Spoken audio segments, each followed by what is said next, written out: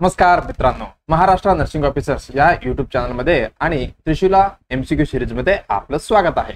आपण आज आपलं जे काय चाललंय सीएचओ महाराष्ट्र स्पेशल एपिसोड आपलं चालू आहे कशामध्ये त्रिशूला सिरीजमध्ये।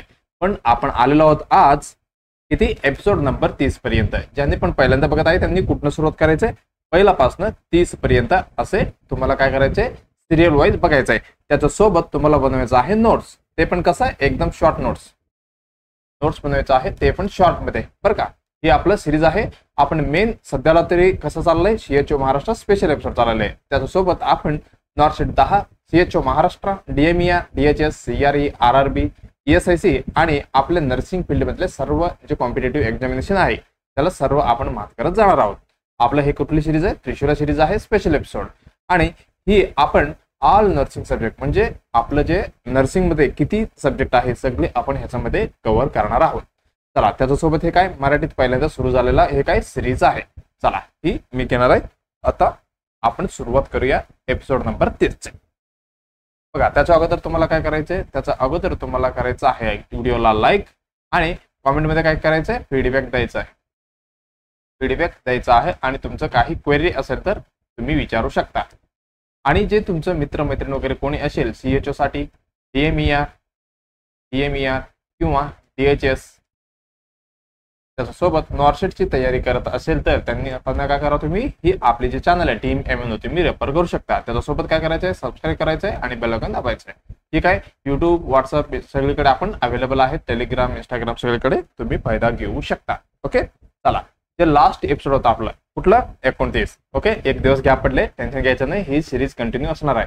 हे काय झालं बघा, ते खूप जणांचं थोडी फीडबॅक भेटले मला। त्यांचं म्हणणं असं आहे की आपण एक्सप्लेनेशन देतो पण थोडी जास्त देतो असं झालंय, पण आपण शक्यतो कमी क्वेश्चन कव्हर करत होतो। पण आजपासून किती 30 नंबर एपिसोड आहे, आपण ट्राय करू की 12 क्वेश्चन करायचे माझं टार्गेट आहे। ओके, आपण बघूया किती होत आहे। पण थोडी असं पण नाही की मी फक्त उत्तर सांगत जाणार असे पण नाही, एक्सप्लेनेशन देणार, जेवढी महत्वाचं आहे तेवढी तरी देणारच आहे। आणि अशा पद्धतीने आपल्याला काय डे बाय डे आपलं जे एमसीक्यू आहे ते वाढवायचं आहे। ओके, चला मग आपण जे लास्ट एपिसोड मध्ये मी तुम्हाला दिलतो, काय दिलतो, एमसीक्यू ऑफ द डे, उत्तर कोणी कोणी कुठली बरोबर दिलेले बघून घ्या बरं का। काय आहे question, the main purpose of म्हणजे मेन उद्देश काय आहे, कशाची पर्पोज काय of home visit, home visit बद्दल विचारते, व्हिजिट टू म्हणजे main purpose of the home visit काय आहे। पहिल्या ऑप्शन मध्ये काय दिले बघा, सुपरवाइज द फॅमिली मेंबर्स, सर्व फॅमिली मेंबर्सला सुपरवाइज करायचं असं आहे बाबा म्हणे। आणि provide the health care and health education at home, बघा काय म्हणते, घरी काय करायचंय, हेल्थ केअर द्यायचंय आणि हेल्थ एज्युकेशन द्यायचं आहे घरी, हे झालं। आणि कलेक्ट टॅक्स, आम्हाला काय करायचं, सीएचओ किंवा एएनएम असो कोणी पण पीएचसी म्हणजे काय प्रायमरी हेल्थ केअर काय म्हणतो आपण, आपले जे health care HCP health care provider, primary ते नाही हे म्हणायला आलो आणि हे म्हटलं एचसीपी हेल्थ केअर प्रोव्हायडर कोणी पण असो त्यांना काय करणार, कलेक्ट टॅक्स करणार, कधी होम व्हिजिट करून। असं होणार आहे का, नाही, हे डायरेक्ट तुम्ही चुकी करू शकता, आपलं काम नाही येते। आणि हे नंतर काय म्हटलंय, कंडक्ट सर्वे ओनली, फक्त सर्वे करायला आपण होम व्हिजिट करायचं, बाकीच्या वेळी जायचंच नाहीये, असं आहे का। चला मग होम व्हिजिट म्हणजे काय, आपण इम्पॉर्टंट काय त्याचं म्हणजे बाबा आपण कधी करू शकतो हे आपण बघूया। चला, होम व्हिजिट एकदम इम्पॉर्टंट आहे बरं का। हे होम व्हिजिट तुम्हाला करावंच लागणार सीएचओ झाल्यावर। होम व्हिजिट, एकच मिनिट, होम व्हिजिट ह्याच्यामध्ये आपण काय करणार आहे, टू प्रोव्हाइड हेल्थ केअर, काय करणार आहे आपण, हेल्थ केअर देणार आहे होम व्हिजिट मध्ये, हेल्थ केअर आणि हेल्थ एज्युकेशन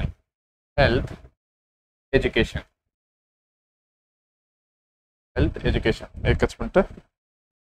ओके, काय करणार, to provide the health care आणि हेल्थ एज्युकेशन आपण देणार आहे कोणाला, टू द फॅमिली, परिवारला, जे परिवार आपले आपण जाणार आहे त्या होम व्हिजिट मध्ये, म्हणजे काय म्हणू शकतो, ऍट देअर होम, त्यांचं स्वतःच्या घरामध्ये आपल्याला काय करायचंय, ऍट देअर होम म्हणजे जे फॅमिली आहे त्यांच्या घरी आपण जाऊन काय करणार, प्रोव्हाइड द हेल्थ केअर, काही असेल तर केअर देणार आणि त्यांचं काय हेल्थ बद्दल आपण एज्युकेशन देणार आहोत, कशामध्ये, होम व्हिजिट मध्ये बरं का। त्याच्यामध्ये काय इन्क्लूड होऊ शकतो, इन्क्लूड्स काय, त्याच्यामध्ये प्रमोटिव्ह केअर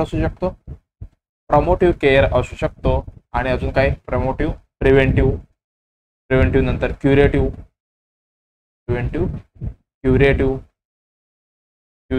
आणि अजून काय म्हणू शकतो, रिहॅबिलिटेटिव्ह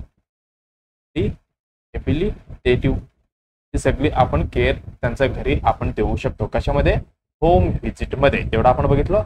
पण आपल्याला काय बघायचंय? इम्पॉर्टंट तेवढं बघून आपण पटकन नेक्स्ट क्वेश्चनला जायचं आहे. बघा याच्यामध्ये काय काय इम्पॉर्टंट असू शकतो. Important in home visit. Home visit मध्ये काय काय इम्पॉर्टंट असू शकतो त्याच्यामध्ये आपण काय करणार आहे? Health services. आपण जे हेल्थ सर्व्हिसेस आहेत जे आपण देणार आहेत. Health services at a door step. त्यांचं दरवाजाकडे म्हणजे त्यांचं घरी असं म्हणायचंय. Door steps. आता खूप जे प्रोग्राम येतात सगळे डोर स्टेपच आहे बरं का. हे झालं. आणि अर्ली आयडेंटिफिकेशन. काय काय मदत होते बरं का त्याच्यामध्ये? अर्ली आयडेंटिफिकेशन आपण करू शकतो. व्हिजिट असेल तर अर्ली आयडेंटिफिकेशन कशाबद्दल? बाबा हेल्थ प्रॉब्लेम्स. काय हेल्थ प्रॉब्लेम असेल ज्या फॅमिलीमध्ये मग आपल्याला कळणार बाबा आपण डेली व्हिजिट वगैरे केलं तर. हे झालं. त्याच्यानंतर आपण हेल्थ एज्युकेशन तर म्हटलेलंच आहे. हेल्थ एज्युकेशन द्यायचं. बघा हेल्थ एज्युकेशन कशावरती आपण देऊ शकतो? कशावरती देणार? आता समजा मॅटर्निटी आई आहे मग त्यांना आपण काय करू शकतो? ब्रेस्ट फीडिंग बद्दल सांगू शकतो. हे एज्युकेशन आपण देऊ शकतो. आणि न्यूट्रिशन बद्दल सांगू शकतो. न्यूट्रिशन बद्दल आपण सांगू शकतो. अजून काय? फॅमिली प्लॅनिंग बद्दल पण आपण सांगू शकतो. आणि हायजीन आणि अजून काय? इकडे ब्रेस्ट फीडिंग म्हणजे न्यूबॉर्न केअर हे झालं. आणि इम्युनायझेशन वॅक्सिनेशन बद्दल आपण काय त्यांना काय करायचंय? ORS फॅमिली प्लॅनिंग झालं. कॉन्ट्रासेप्शन ओके सगळे झालं. ह्याच्यावरती आपण हेल्थ एज्युकेशन देऊ शकतो आपण. हे झालं. त्याच्यानंतर ही आहे स्ट्रेंथनिंग. काय करते ही? Strengthening of a family health. Family health practices strength देणार आहे. ओके हे काय? Home visit. एवढं झालं. त्याच्यामध्ये काय देऊ शकतो तुम्ही? हँड वॉशिंग अजून काय? ORS कसं पद्धतीने प्रिपरेशन करायचं हे सांगू शकता. हे सगळी काय? हे सगळी केअर कसं द्यायचं? Care of a sick child. ही सगळी चाइल्ड काय कशामध्ये येते? Strengthening of the family practice मध्ये आपण स्ट्रेंथनिंग देऊ शकतो. हे झालं. आणि त्याच्यानंतर अजून काय? Follow up care. असं एक पेशंट आले बाबा तुमच्याकडे आणि ओपीडीला आणि फॉलोअपसाठी तुम्हाला तिकडे जावं लागते किंवा पेलिटिव्ह पेशंट आहे ज्यावेळी एक्झाम्पल कुठले म्हणू शकतो? जे टीबी पेशंट असो आणि PNC ANC हाय रिस्क असेल तर त्यावेळी तुम्हाला जावं लागतंय. हे सगळे ह्याच्यामध्ये येणार आहे. आणि अजून काय म्हणू शकतो आपण? की डाटा कलेक्शनसाठी पण आपण जाऊ शकतो. अजून खूप महत्वाचं आहे पण म्हणजे खूप आहेत पण महत्वाचं आहे. एवढे लक्षात ठेवलं तरी बस. ओके चला आता होम व्हिजिट बद्दल आपल्याला थोडीफार कळलेलं आहे.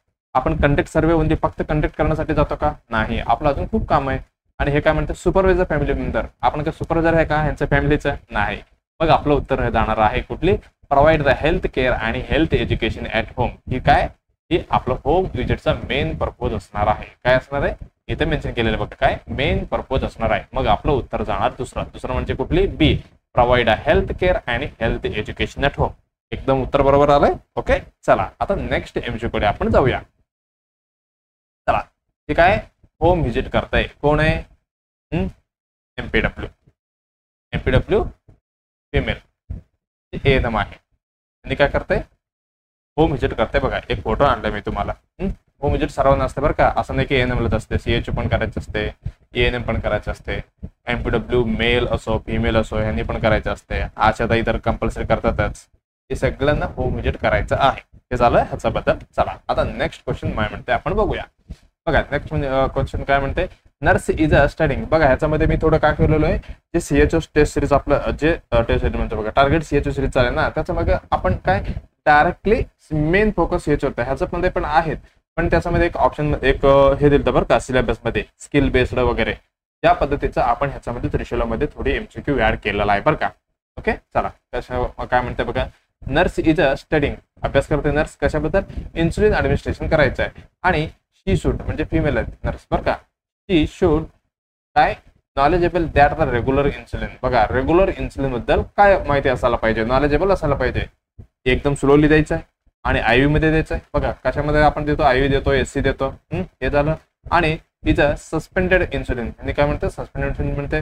आणि पीक इन हे दिल्यावर काय होणार आहे? 6 ते 12 तासमध्ये पीक होणार आहे म्हणे. मग कशाबद्दल अभ्यास करता यांनी? इन्सुलिन बद्दल करता येते पण कुठली? रेग्युलर इन्सुलिन बद्दल. बघा मी एकदा तुम्हाला टेबल दाखवलं होतं प्रिव्हियस क्लासेसमध्ये. तेच मी सेम आणलेले तेच बघा. हे काय कॅटेगरी ऑफ इन्सुलिन. ह्याच्यामध्ये आपण किती प्रकार बघितले? Rapid acting, short acting, intermediate acting, long acting, very long acting एवढं म्हटलेलं आहे. त्याच्यामध्ये एजंट कुठली कुठली येणार आहे? त्याच्यामध्ये लिस्प्रो, अस्पार्ट, रेग्युलर. बघा रेग्युलर इन्सुलिन कुठे येणार आहे? हे झालं रेग्युलर. होमोलॉग आर, हे काय नोवलिन आर याच्यामध्ये आले, हे रेग्युलर झालं. आणि एनपीएच ही इकडे झालं होमेलिन एन वगैरे. आणि ते लॉंग ऍक्टिंग मध्ये कुठले येणार? आणि ही सगळी कशामध्ये वेगळी वेगळी प्रकार आहे. मेन इम्पॉर्टंट ह्याच्यामध्ये तुम्हाला काय म्हटलं होतं मी प्रिव्हियस क्लासमध्ये, ऑनसेट, पीक, ड्युरेशन हे खूप महत्वाचं आहे. ज्यावेळी आपल्याला काय लक्षात ठेवायचं होतं. ह्यांनी काय विचारलंय आपल्याला? रेग्युलर इन्सुलिन बद्दल विचारलंय. बघा आपण रेग्युलर इन्सुलिन आपण कधी घेतो, ते कधी कशा पद्धतीने देतो? Can be given. Regular insulin is a type of काय? हे टाइप ऑफ इन्सुलिन आहे. काय टाइप ऑफ इन्सुलिन आहे? कुठली? ही रेग्युलर इन्सुलिन बरं का. ही टाइप ऑफ इन्सुलिन आहे. आपण कशा पद्धतीने देतो? गिवन कसे? IV देणार आपण, इंट्रावेनस आपण देणार आहे. हे झालं. आपण कधी कधी यूज करू शकतो युजड कशामध्ये? DK असो, HHS असो, अजून कुठली? अजून काय बघा कुठली? हायपरकॅलेमिया वगैरे, अक्यूट हायपरकॅलेमिया वगैरे, हायपरकॅलेमिया मध्ये वगैरे आपण हे यूज करतोय. हे कशाबद्दल बोलतोय मी? रेग्युलर इन्सुलिन बद्दल बोलतोय. ओके, एवढं लक्षात ठेवलं. चला ह्याच्यामध्ये काय म्हणते? रेग्युलर इन्सुलिन कुठे आहे? येते शॉर्ट ऍक्टिंग. बघा हे काय ऑनसेट काय? 60 मिनिट 1 आवर, पीक 2 to 3 आवर आणि 4 to 6 आवर. इथं काय म्हटलं होतं? 6 to 12 आवर. काय म्हटलं यांनी? पीक लेवलला 6 to 12 आवर कुठे आहे? इथे बघा. हे कुठले? इंटरमिडिएट आहे. हे सगळ्याचे हे इंटरमिडिएटचं आहे. हे कुठली इन्सुलिनचं आहे? इंटरमिडिएटची. म्हणजे याचं रेग्युलरचा ह्याचा काय संबंध आहे का? नाही. मग हे उत्तर गेलं डायरेक्ट. स्लो ऍक्टिंग आहे का? नाही. हे कसायचं आहे? आपलं शॉर्ट ऍक्टिंग आहे. Slow short. बघा ह्यांनी काय म्हणतंय? हे पण असणार आहे आपलं. हे झालं. आणि सस्पेंडेड इन्सुलिन हे पण नाही. मग आपलं उत्तर जाणार आहे बी. कुठले? इज युज्ड IV मध्ये आपण यूज करतो. बरं काय एक इम्पॉर्टंट नोट्स आणले मी तुम्हाला दाखवतो. त्याच्यामध्ये हे तुम्हाला इम्पॉर्टंट आहे. तुम्हाला शॉर्ट नोट्स लिहायचे किंवा स्क्रीनशॉट तुम्ही घेऊन ठेवायचे. बघा काय म्हणतो? इम्पॉर्टंट पॉईंट्स आहे कशाबद्दल? इन्सुलिन बद्दल. ह्याच्यावरती तुम्हाला क्वेश्चन येऊ शकते. तर रॅपिड ऍक्टिंग इन्सुलिन काय म्हणतो बघा? रॅपिड ऍक्टिंग इन्सुलिन आणि short acting insulin can be administered by both. बघा रॅपिड आणि शॉर्ट ऍक्टिंग आपण कशा पद्धतीने देऊ शकतो? इंट्रावेनस पण देऊ शकतो किंवा सबक्युटेनियस पण देऊ शकतो. पण द इंटरमिडिएट ऍक्टिंग इन्सुलिन आणि long acting insulin are administered by the कशा? फक्त सबक्युटेनियस रूटने आपण देऊ शकतो. मग रॅपिड आणि शॉर्ट ऍक्टिंग कसे? आपण इंट्रावेनस पण देऊ शकतो आणि सबक्युटेनियस पण देऊ शकतो. हे झालं. आणि रॅपिड ऍक्टिंग बघा रॅपिड ऍक्टिंग आणि short acting insulin can be mixed. काय म्हणते बघा? रॅपिड ऍक्टिंग आणि शॉर्ट ऍक्टिंग इन्सुलिन जे आहेत आपण कशामध्ये मिक्स करू शकतो? मिक्स विथ इंटरमिडिएट ऍक्टिंग मध्ये आपण मिक्स करू शकतो. Insulin in a single series मध्ये, एका सिरीज मध्ये. बट द सिक्वेन्स कसा असायला पाहिजे? Registered nurse. कसे? रजिस्टर्ड नर्सने असायला पाहिजे. कसे? पहिला रेग्युलर, त्याच्यानंतर आपण NPH. कुठली? आपण NPH ही काय करणार आहे? आपण मिक्स करणार आहे. कशासाठी? Should be followed by the during follow. बघा regular insulin should be filled with first. Regular कसं भरायचं आपल्याला? पहिला भरायचं आहे. त्याच्यानंतर जे NPH आहे ते आपण कसं भरू शकतो? Insulin can be filled the sequence prevent the contamination of regular insulin. Regular insulin पहिल्यांदा कसं घेतलं आपण? त्याच्यामध्ये जे काय म्हणू शकतो आपण? कंटॅमिनेशन व्हायचं नाही. बघा एक सिरींज आहे, एक समजा एक वैल आहे. पहिलं कसं काय घ्यायचं तुम्हाला? Regular insulin. हे 2 आहे समजा. दिसतं ना तुम्हाला? ओके इकडे घेतो. एकच मिनिट. कुठे घेऊ? कुठं? इथे घेतो. समजा एक इथे दिसणार आहे तुम्हाला. कुठे गेलो? जाऊ दे, दुसऱ्या पेजेत देतो मी. एक वैल आहे, एक वैल आहे बरं का. हे कसे झालं? हे रेग्युलर इन्सुलिनचं, हे NPHचं. मग पहिला आपण कशामध्ये घ्यायचं आहे? सिरिंजमध्ये, एकच सिरिंजमध्ये घ्यायचं आहे. मग आपण ह्याच्यामध्ये घेणार. ह्याच्यामध्ये गेल्यानंतर रेग्युलर इन्सुलिन ह्याच्यामध्ये मिक्स होऊ शकते, पण हे ह्याच्यामध्ये मिक्स होणार का? नाही. हेच कंटॅमिनेशन प्रिव्हेंट करण्यासाठी आपण काय करतो?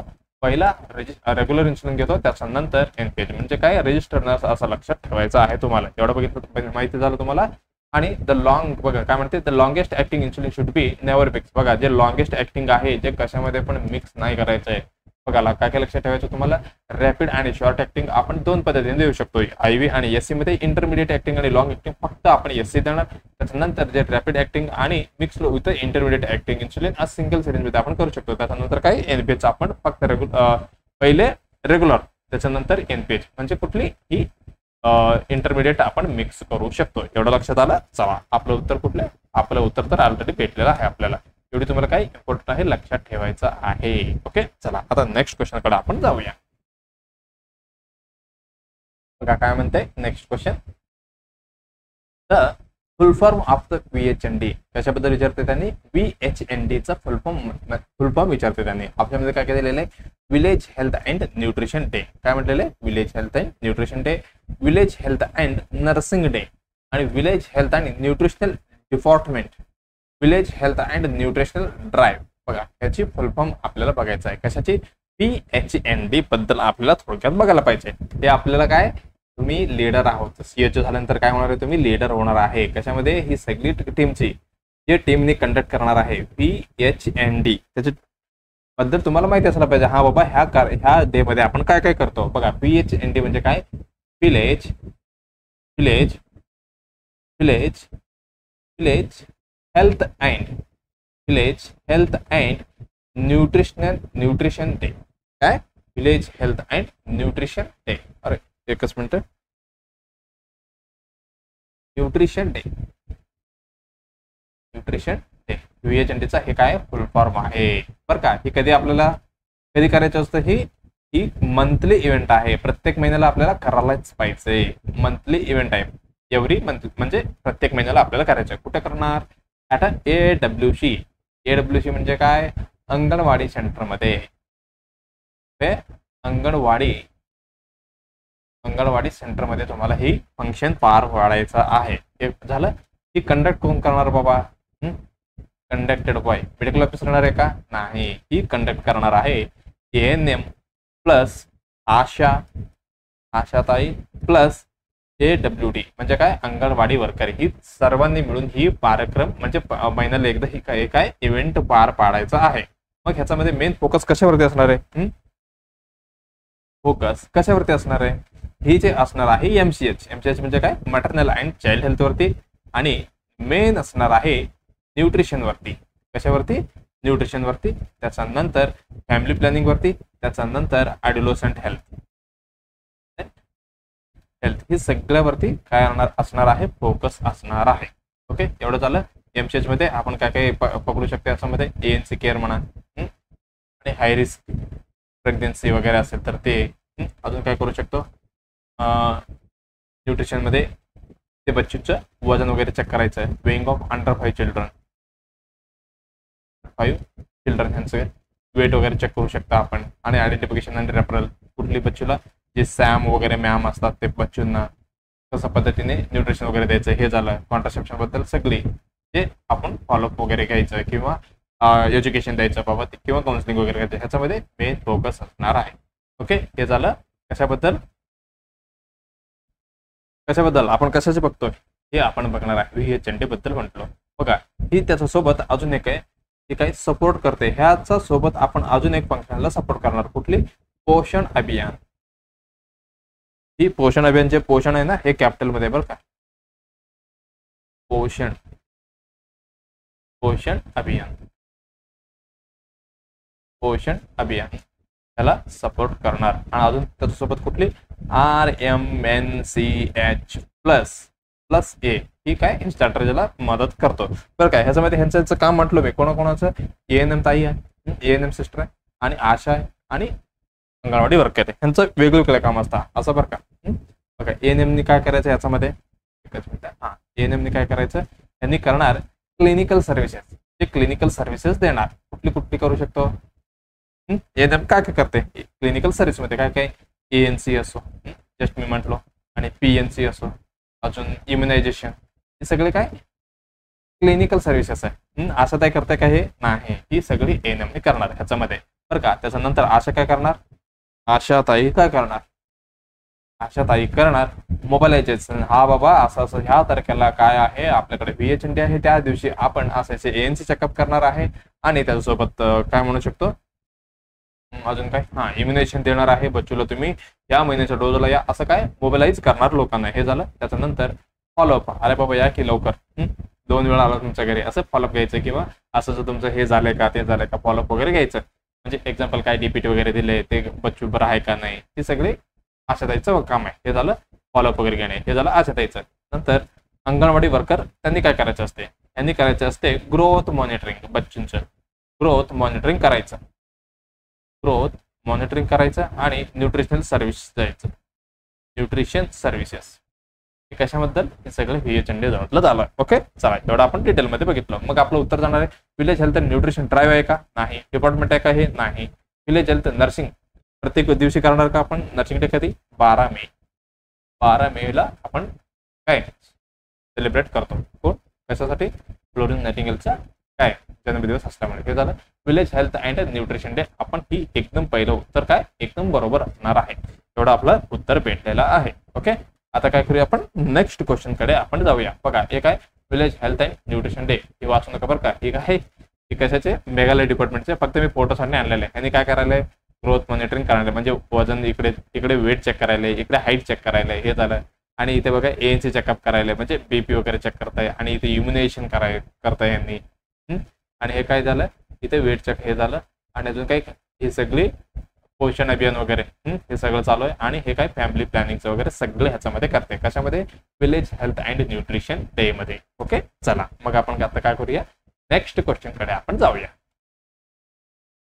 काय म्हणते बघा, कोण आहे, नर्स हरी. नर्स कोण आहे, हरी आहे. काय करताय, is a caring for an elderly bedridden adult आहे. बघा एल्डरली आहे आणि बेड रिडन अडल्ट आहे. आपल्याला काय करायचे, to prevent the pressure ulcer, काय करायचे, प्रिव्हेंट करायचं आहे. Which intervention should the nurse include in the plan of care. बघा काय म्हणते, एक पेशंट आहे, नर्स हरी केअर करते जे पेशंटला, त्याची अडल्ट पेशंट आहे आणि एल्डरली बेड रिडन झालंय. म्हणजे जे आपल्याला काय करायचे, प्रिव्हेंट करायचं आहे, काय प्रेशर अल्सर व्हायचं आपल्याला काय थांबवायचं आहे बाबा. विच इंटरव्हेन्शन काय आपण हाती घ्यायला पाहिजे बाबा, आपली केअर प्लॅन मध्ये ही असायलाच पाहिजे. बघा ऑप्शन मध्ये काय म्हटलेलं आहे, turn and the reposition the client at least once every 8 hours. बघा टर्न करायचे पेशंटला आणि रिपोजिशन द्यायचंय ॲटलिस्ट मिनिमम 8 तासामध्ये तर आपण करायलाच पाहिजे म्हणतंय. आणि वगैरे असले message the location in to the bony prominence, जे बोनी प्रोमिनंट एरिया आहे त्याच्यावरती काय करायचं आपल्याला, मसाज करायचं वगैरे असले एकदम काय म्हणतात गर गर गर गर ते. आणि post a turning schedule at the client bedside, काय म्हणते बघा, पोस्ट अ टर्निंग शेड्यूल, म्हणजे एक फिक्स करायचं टाइम, बाबा ह्या टाइमला ह्यांना काय करायचंय, असं असं पोझिशन वगैरे बदलायचं आहे. आणि नेक्स्ट काय म्हणते, slide the client rather than the lifting when turning. आता तुम्ही टर्निंग वगैरे करता पोझिशनला, ते पेशंटला उचलायचं नाही, असं काय करायचं, काय म्हणते ह्यांनी, लिफ्टिंग नाही करायचं म्हणते, स्लाइडिंग असंच हे काय म्हणतं ओढायचं, असं करणार आहे का. बघा तिथे काय होणार आहे, फ्रिक्शन तयार होणार आहे. मग आपण काय करायचं, बेड रिडन झाले. हे प्रेशर अल्सर, प्रेशर अल्सर बद्दल आपण ऑलरेडी बघितलंय, त्याच्यामधलं जे इम्पॉर्टंट आहे जे आपण लक्षात ठेवायला पाहिजे तेवढे आपण बघूया.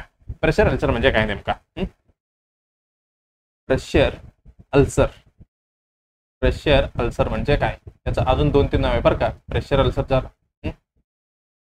प्रेशर अल्सर झालं, अरे एकच मिनिट,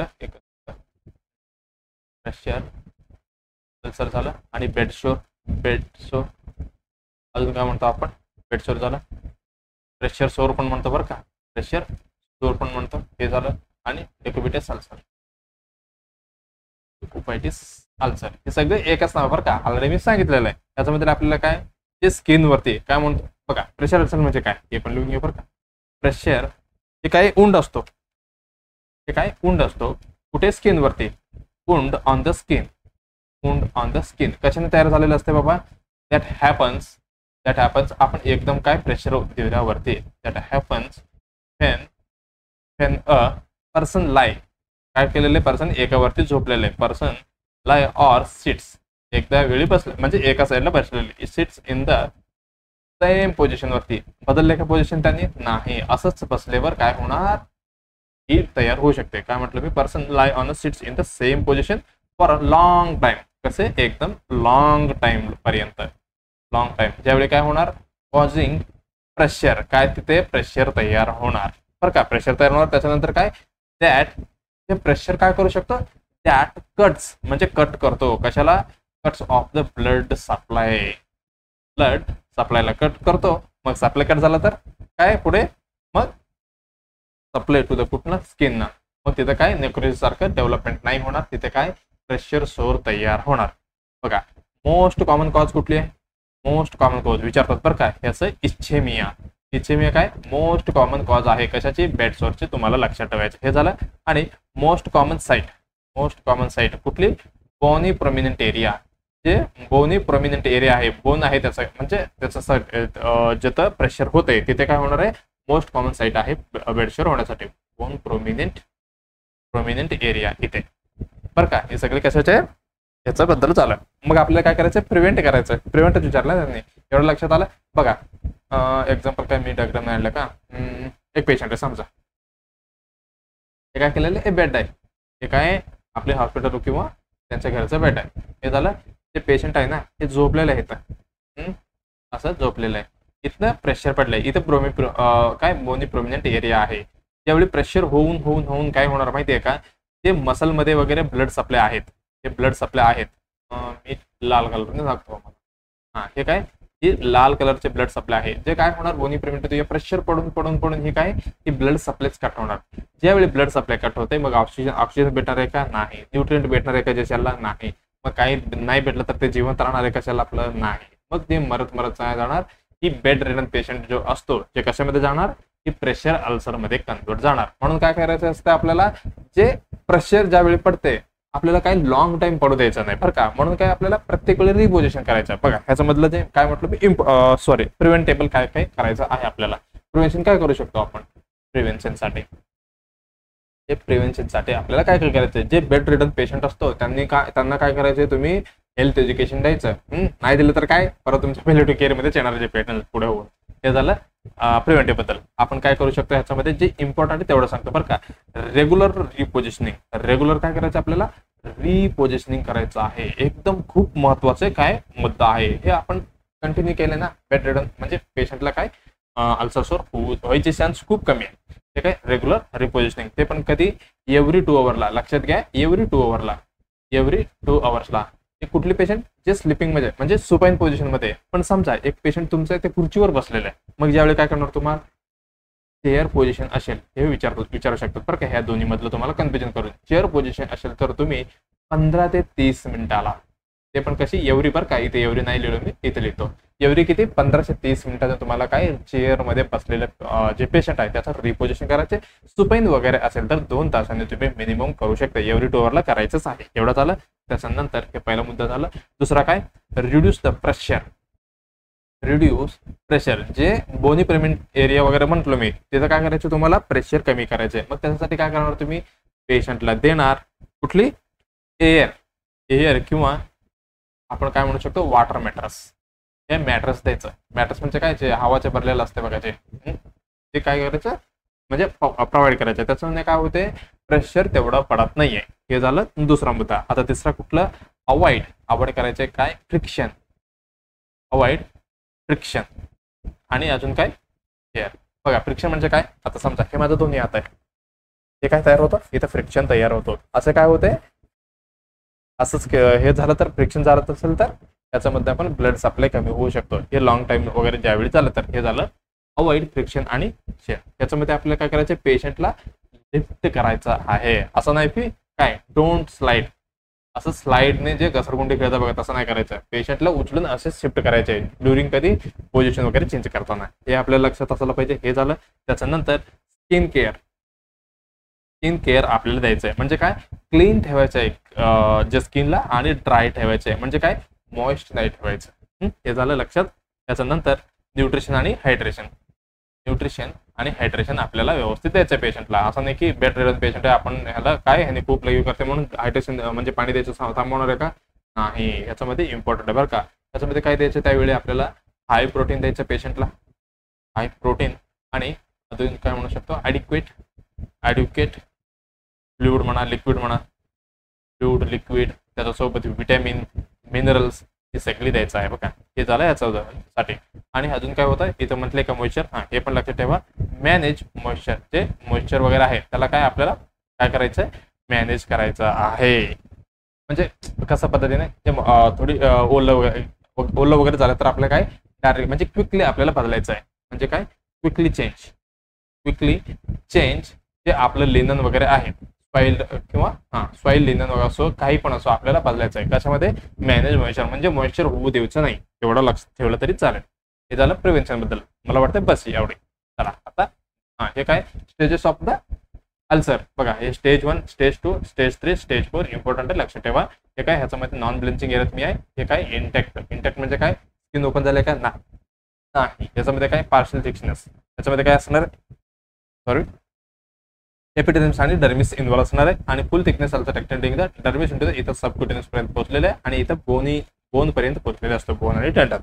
हे झालं कशासाठी प्रेशर अल्सरची काय स्टेजेस आहे, एवढे तुम्हाला लक्षात ठेवायचं. चला मग आता आपलं उत्तर आपण बघणार आहे. बघा काय म्हणतंय, टर्न द रिपोजिशन. एकदम बरोबर. क्लायंट ॲटलिस्ट 8 आवर आहे का नाही, ही असं आहे. आपण प्रत्येक 2 तासाला बदलायला पाहिजे. चेअरमध्ये असलं तर 15 ते 30 मिनिटांनी आपण ही बदलायला पाहिजे. हे बरोबर आहे उत्तर नाही. हे गेलं कशात. आणि हे मग काय म्हणते वगैरे असले मसाज द बघा लोशन ऑन इनटू बोनी प्रोमिनन्स. बघा जे बोनी प्रोमिनंट एरिया आहे इथे काय करायचं आपल्याला मसाज करायचं म्हणे. ते पण वगैरे असली करायचं आहे का नाही, इथे डॅमेज होऊ शकते, हे पण नाही. आणि स्लाइड द क्लायंटला काय स्लाइड करायचं आहे रादर दॅन लिफ्टिंग. उचलायचं अगोदर स्लाइड करायचं आहे, असं करणार आहे का आपण नाही. इथे फ्रिक्शन तयार होतो. मग हे पण आपलं गेलं खड्ड्यात. मग आपलं उत्तर जाणार आहे कुठली तिसरा post turning the schedule at the client bed side. मग आपल्याला काय करायचे शेड्यूल फिक्स करायचं किंवा टर्निंग पेशंट कधी पण शेड्यूल ठेवायचं बाबा ह्या टाइमला 2-2 तासाने पेशंटला रिपोजिशन वगैरे द्यायचं हे फिक्स करून ठेवायचं. मग आपलं उत्तर जाणार एकदम बरोबर कुठले तिसरा उत्तर बरोबर जाणार आहे. ओके चला आता नेक्स्ट क्वेश्चन कडे आपण जाऊया. म्हणते the nurse is a teaching काय करायले टीचिंग करायले a group of the parental clients. बघा काय करते parental clients about the effects of a cigarette smoke. कशाबद्दल सांगताय इफेक्ट, ते पण कशाची सिगरेट स्मोकची ऑन अ fetal डेव्हलपमेंट वरती. which characteristic is associated with the babies born to mothers who smoked during pregnancy. बघा एक आहे नर्स आहे, nurse is teaching the group of parental clients आहे. त्यांना काय सांगताय ह्यांनी सिगरेट स्मोकिंग केल्यावर फिटलच्या डेव्हलपमेंट वरती कशा पद्धतीने इफेक्ट होणार आहे. आणि which characteristic is associated with babies born. बघा काय कॅरेक्टरिस्टिक कुठली असोसिएटेड आहे with babies born to mothers who smoked during the pregnancy. म्हणजे ड्युरिंग प्रेग्नन्सी मध्ये असताना जे मदर स्मोक केलेलं आहे त्याच्याकडनं कुठली कॅरेक्टरचे बच्चू काय फायदा होणार म्हणजे काय बर्थ होणार आहे. पहिल्या ऑप्शन मध्ये काय दिलेलं आहे यांनी लो बर्थ वेट म्हणजे LBW झालं. आणि large for the gestation age म्हणजे गेस्टेशन एज पेक्षा थोडी मोठी असणारे बच्चू. आणि प्रीटर्म बर्थ म्हणजे टर्मच्या अगोदर बर्थ होणे. आणि बघा preterm birth appropriate the size of म्हणजे अप्रोप्राइट एकदम बरोबर असणार आहे म्हणणे. आणि हे काय म्हणते ग्रोथ रिटार्डेशन इन वेट आणि हेल्थ काय ग्रोथ रिटार्डेशन असणार आहे. बघा हे पण असू शकतं. बघा आपण पहिल्यांदा काय बघायचे सिगरेट स्मोकिंग जे आहेत ड्युरिंग प्रेग्नन्सी ते काय करू शकतो. बघा आपण थोडक्यात बघूया इम्पॉर्टंट आहे. तुम्ही सांगता आता असं सांगणार कधी जे ANC वगैरे चेकअप असतात तुम्हाला काय सिगरेट वगैरे प्यायचं शक्यतो आपल्या इंडियामध्ये पित नाही पण तुम्ही इन केस ऑफ तुम्ही फॉरेनमध्ये गेलं तर त्यांना ॲडवाइस करणार. मग त्यांनी विचारतात का रिझन विचारलं तर काय सांगणार तुम्ही. मग हे तुम्हाला माहिती असायला पाहिजे. बघा सिगरेटमध्ये काय असतो सिगरेट स्मोकिंग पहिलं सिगरेट स्मोकिंग लिहितो किंवा स्मोकिंग लिहितो. स्मोकिंग जे करतात कशामध्ये प्रेग्नन्सीमध्ये त्याच्यामध्ये सिगरेटमध्ये काय असणार आहे सिगरेटमध्ये असणार आहे निकोटीन. हे सगळ्यांना माहिती आहे निकोटीन ही निकोटीन आहे. हे काय करणार ही निकोटीन करतो व्यासो कॉन्स्ट्रिक्शन. काय करतो जे आपलं ब्लड वेसल्स आहे. आता समजा ब्लड वेसल शेवटी साईज आहे हे पिल्यावर काय होणार एकदम साईज कमी होणार व्यासो कॉन्स्ट्रिक्शन काय होणार व्यासो कॉन्स्ट्रिक्शन होणार. कोण आपली ब्लड टू वेसल्स हे नॉर्मल सांगतो. प्रेग्नन्सीमध्ये काय होणार जे आपलं प्लॅसेंटल सर्क्युलेशन आहे जे काय होणार व्यासो कॉन्स्ट्रिक्शन होणार. हे झालं. मग त्याच्यासोबत जे CO2 कार्बन मोनॉक्साईड CO2 नाही बरं का कार्बन मोनॉक्साईड पण असतो जे काय करतो की रिड्यूस O2 टू फिटस. जे बच्चूला काय भेटणार आहे O2 ऑक्सिजन भेटणार आहे त्याला काय करतो कमी करतो बरं का. ही 200 टाइम मोर असतं म्हणजे जे RBC मध्ये पकडा हे करतो बघा त्याचे. हे झालं सिगरेट निकोटीन करतो निकोटीन आहे त्याच्यामध्ये व्यासो कॉन्स्ट्रिक्शन करते. आणि CO काय करतं carbon monoxide reduce the O2 to fetus म्हणजे बच्चूला कमी देणार आहे. हे काय करू शकतो हे सगळं झाल्यावर पुअर प्लॅसेंटल सर्क्युलेशन म्हणजे जे बच्चूला प्लॅसेंटल सर्क्युलेशन मधनं भेटणार आहे काय पण असो सगळे O2 न्यूट्रिशन सगळे काय पुअर होणार आहे. मग काय होऊ शकतं त्याच्यानंतर ही बच्चू होऊ शकतो लीड्स टू फ्लो आणि स्लो ग्रोथ आणि स्मॉलर साईज मध्ये बच्चू काय डेव्हलपमेंट होतो, एवढा आपण बघितलं. बघा आपण पहिल्यांदा काय बघायचं होतं, डायरेक्ट सिगरेट स्मोकिंग एवढापर्यंत आलंय. बघा ह्याच्यामध्ये काय जे ड्युरिंग प्रेग्नन्सीमध्ये काय म्हणतो मी, ड्युरिंग प्रेग्नन्सीमध्ये काय व्यासो कन्स्ट्रक्शन झालं, कशाची व्यासो कॉन्स्ट्रक्शन, एकच मिनिट, व्यासो कॉन्स्ट्रक्शन ऑफ कशाची, प्लॅसेंटा ब्लड वेसलची, जे मेन बच्चूला भेटणार आहे. कुठनं भेटणार आहे, प्लॅसेंटा मधनं, प्लॅसेंटल ब्लड वेसल्स, लक्षात आला. ब्लड वेसल्स काय व्यासोकन्स्ट्रक्शन झाले. मग त्याच्यानंतर काय होणार, रिड्यूस होणार, म्हणजे काय कमतरता होणार कशामध्ये, O2 सप्लायमध्ये आणि अजून कुठले न्यूट्रिएंट मध्ये. न्यूट्रिएंट फ्लो कुठे जाणार होते, फ्लो टू द फिटसला जाणार होते, जे काय झालं कमी झालेलं आहे. मग काय जेवढी आता पाहिजे जेवढी भेटलं म्हणजे भेटणार नाहीये, कारण काय व्यासोकन्स्ट्रक्शन म्हणजे ब्लड सप्लायच कमी झालंय. मग काय होणार, त्याच्यानंतर रिझल्ट मध्ये होणार आहे, रिझल्ट मध्ये काय होणार, IUGR म्हणजे काय, इंट्रा युटराइन ग्रोथ रिस्ट्रिक्शन. काय इंट्रा युटराइन ग्रोथ रेस्ट्रिक्शन म्हणजे काय, बच्चूला काहीच भेटणार नाहीये ग्रोथ होण्यासाठी. मग सगळे काय रेस्ट्रिक्शन झालं, त्याच्या सोबत भेटणार आहे LBW, low birth baby weight. काय लो बर्थ वेट म्हणजे काय, बेबीचं वेट कमी असणार आहे. किती, लेस दॅन 2.5 kg म्हणजे 2-2.5 ग्रॅम पेक्षा कमी असणार आहे LBW मध्ये. एवढं झालं, त्याच्यामुळे काय होणार, मग जे बच्चू आहे काय होणार, कमी साईज मध्ये भेटणार किंवा LBW म्हणजे वेट वगैरे कमी भेटणार आहे. कशामध्ये, सिगरेट स्मोकिंग मध्ये. लक्षात आलं का, सिगरेट स्मोकिंग काय करतो, जे प्लॅसेंटल ब्लड वेसल्स आहे त्याला व्यासोकन्स्ट्रक्शन करतो.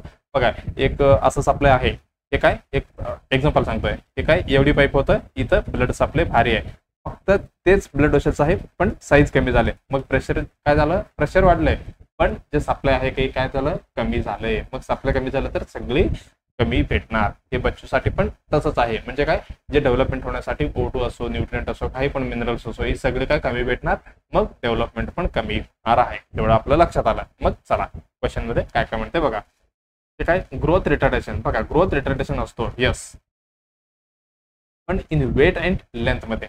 मग असं आपण डायरेक्टली सांगू शकत नाहीये की आपल्याला काय विचारलं ह्यांनी, सिंगल मोस्ट विचारलेला आहे, आपल्याला काय उत्तर द्यायचं सिंगल. बघा हे ग्रोथ रिटार्डेशन आहे इन हाईट मध्ये आणि लेंथ मध्ये पण दोन्ही म्हटलेलं आहे, पण आपण हे होल्डवर ठेवूया. ओके चला, हे काय म्हणते, प्रीटर्म बर्थ, बट अप्रोप्रिएट असणार आहे का, नाही. ह्याच्यामध्ये वेट जे आहे ते कमी असणार आहे, LBW असणार आहे, म्हणजे लो बर्थ वेट असणार आहे. हे पण गेलं, एकदम गेलं. हे आहे का, नाही. हे होल्डमध्ये ठेवलं आपण. लार्ज फॉर गेस्टेशनल एज, एकदम चुकीचं, ह्याचं अपोजिट होत, काय अपोजिट होणार आहे. मग हे पण आपण कॅन्सल केलं.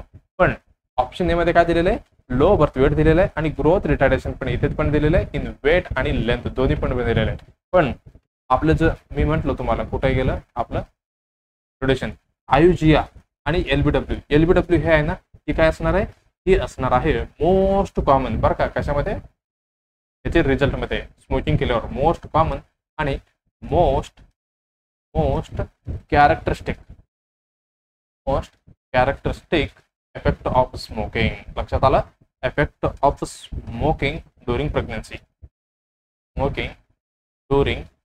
मध्ये कुठली, LBW तर मोस्ट कॉमन आहे, म्हणजे स्मोकिंग केलं तर LBW बच्चू पैदा होणारच आहे. मग आपलं उत्तर कुठे जाणार, सिंगल मोस्ट जे इम्पॉर्टंट असणार आहे हे गेलं. मग LBW आपलं एकदम उत्तर बरोबर असणार आहे. त्यांनी काय म्हटलं होतं, विच कॅरेक्टरिस्टिक म्हटलं होतं. मग मोस्ट कॉमन जे मोस्ट कॅरेक्टरिस्टिक कुठलं, लो बर्थ वेट आहे. इथं मी जस्ट तुम्हाला सांगितलं. ओके, हे उत्तर असणार आहे आपलं एकदम बरोबर पहिला उत्तर. ओके, आता नेक्स्ट क्वेश्चन कडे आपण वळूया. बघा काय म्हणते नेक्स्ट क्वेश्चन, द सायनोसिस. काय म्हणता यांनी, cyanosis that accompanies bacterial pneumonia. काय झालेलं आहे, बॅक्टेरियल निमोनिया झालेला आहे. Is a primary caused. बघा त्याचे काय, बॅक्टेरियल निमोनियाचे primary caused by which of the following. बघा काय म्हणता यांनी, सायनोसिस तर झालेलं आहे पेशंटला आणि पेशंटला ऑलरेडी आहे बॅक्टेरियल निमोनिया. ह्याचं प्रायमरी कॉज कुठली आहे, कशामुळे ही सायनोसिस झालेलं आहे, कशामुळे निमोनिया झाला म्हणून काय झाले, डिक्रीज कार्डियक आउटपुट कमी झाले. कार्डियक आउटपुट कमी झाले म्हणून काय झालं, सायनोसिस झाले म्हणे, असं आहे का, नाही. आणि प्लुरल इफ्युजन आणि इनएडिक्वेट पेरिफेरल सर्क्युलेशन. चौथा आहे decreased oxygenation of the blood, म्हणजे जे ऑक्सिजनेशन आहे जे काय झालेलं कमी झालेलं आहे ब्लड मध्ये.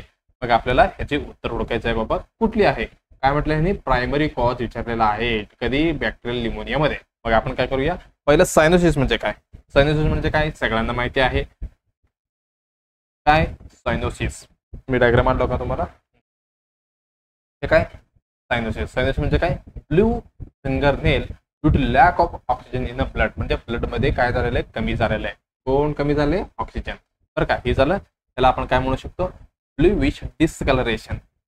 Bluish discolouration, bluish discolouration of the skin असो, लिप्स असो, लिप्स. अजून काय होत आहे, हा आताच नेल. हे काय, हे कमी झाल्यावर काय करणार आहे, insufficient O2 in the blood, म्हणजे काय ऑक्सिजन कमी होणार आहे ब्लड मध्ये, म्हणून काय दिसतंय ब्लूइश डिस्कलरेशन आपल्याला भेटणार आहे. पण क्वेश्चन काय होतं, हा बॅक्टेरियल होता, म्हणजे काय तो पण न्यूमोनिया. मग बॅक्टेरियल न्यूमोनियामध्ये काय होणार आहे, बॅक्टेरियल न्यूमोनिया. निमोनिया म्हणजे काय, लंगचे इन्फेक्शन झालेलं आहे बाबा, ते पण कुठले बॅक्टेरियामध्ये. मग लंग फिल्ड विथ कशाने भरलेलं आहे, लंग फिल्ड विथ कशाने भरलेला आहे, एक इन्फ्लामेशन, ते पण बॅक्टेरियाचा इन्फ्लामेशन आणि एक्सुड्यूट्स.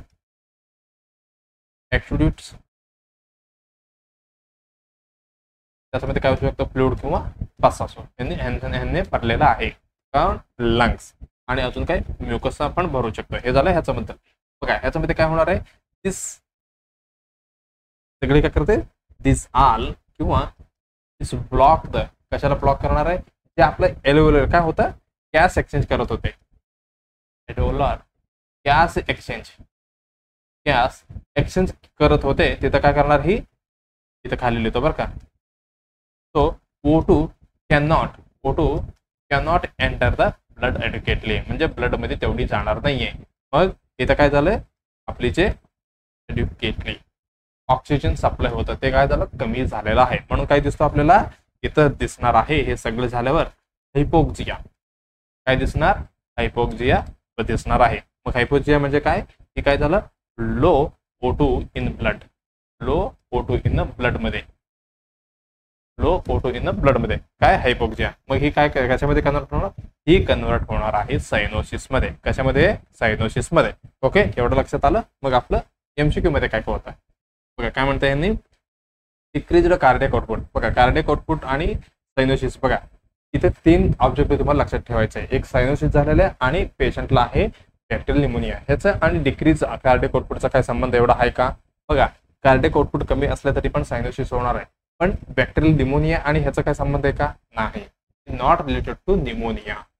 निमोनियाला ह्याला काय संबंध नाहीये. प्लुरल एपिजन म्हटलेलं आहे. प्लुरल एपिजन म्हणजे काय, की फ्लुइड इन अ प्लुरल, कुठे बसलेलं आहे, fluid in a plural space मध्ये,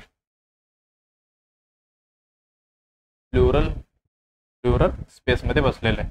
मग याच्यामध्ये हे पण बघा, याच्यामध्ये पण सायनोसिस होऊ शकतो, पण प्रायमरी आहे का, नाही, हे पण गेलं. आणि हे काय म्हणते, इन ॲडिक्वेट पेरिफेरल सर्क्युलेशन. त्यांनी काय म्हणते, पेरिफेरल सर्क्युलेशन बद्दल म्हणते. बघा सर्क्युलेशन मध्ये पण 2 प्रकार आहे, एक सेंट्रल सायनोसिस, एक पेरिफेरल सायनोसिस. इथे बघा, इथे नो सायनोसिस आहे बच्चूला, इथे सेंट्रल सायनोसिस. बघा इथे ह्या एरियामध्ये वगैरे दिसतंय तुम्हाला. हे झालं ह्याच्याबद्दल. इथं काय, हे पण सेंट्रल सायनोसिस दाखवते, हे सगळे सेंट्रल सायनोसिस आणते का, हा पेरिफेरल इकडे बघा, ही पेरिफेरल जे बॉडीचं अपार्टला जे आहे सायनोसिस, ह्याला आपण काय म्हणतो, पेरिफेरल सायनोसिस. आणि सेंट्रल मध्ये असेल तर सेंट्रल ही काय म्हणणार आहे, सायनोसिस म्हणणार आहे. मग इथं काय म्हटलं त्यांनी, इनएडिक्वेट पेरिफेरल सर्क्युलेशन. इनएडिक्वेट बद्दल काय म्हटलं आहे का, इथे हे पण एवढी डायरेक्टली जाऊ शकत नाही. पण चौथ्या ऑप्शन मध्ये काय म्हटलेलं आहे, decreased oxygen of the blood. बघा काय म्हणता येईल, ऑक्सिजन सप्लाय कमी झाले ब्लड मध्ये म्हणून झालंय. बघा ह्याच्यामध्ये काय म्हणू शकतो, पेशंटला ऑलरेडी काय निमोनिया, बरं का, पेशंटला ऑलरेडी काय निमोनिया आहे. मग निमोनिया मध्ये काय झालेलं आहे, एल्व्होलर जे होतं, जे कसं फिल्ड विथ, कशाने भरलेलं आहे, फिल्ड विथ एक्झुडेटने भरलेला आहे, एक्झुडेटने. मग काय होऊ शकतं ह्याच्याने, इम्पेअर्ड गॅस एक्सचेंज. काय इम्पेअर्ड गॅस एक्सचेंज, म्हणजे गॅस एक्सचेंज करायला एकदम इझी होणार आहे का, नाही, इम्पेअर होणार आहे, म्हणजे थोडी प्रॉब्लेम येणार आहे ह्याच्यामध्ये. हे झालं.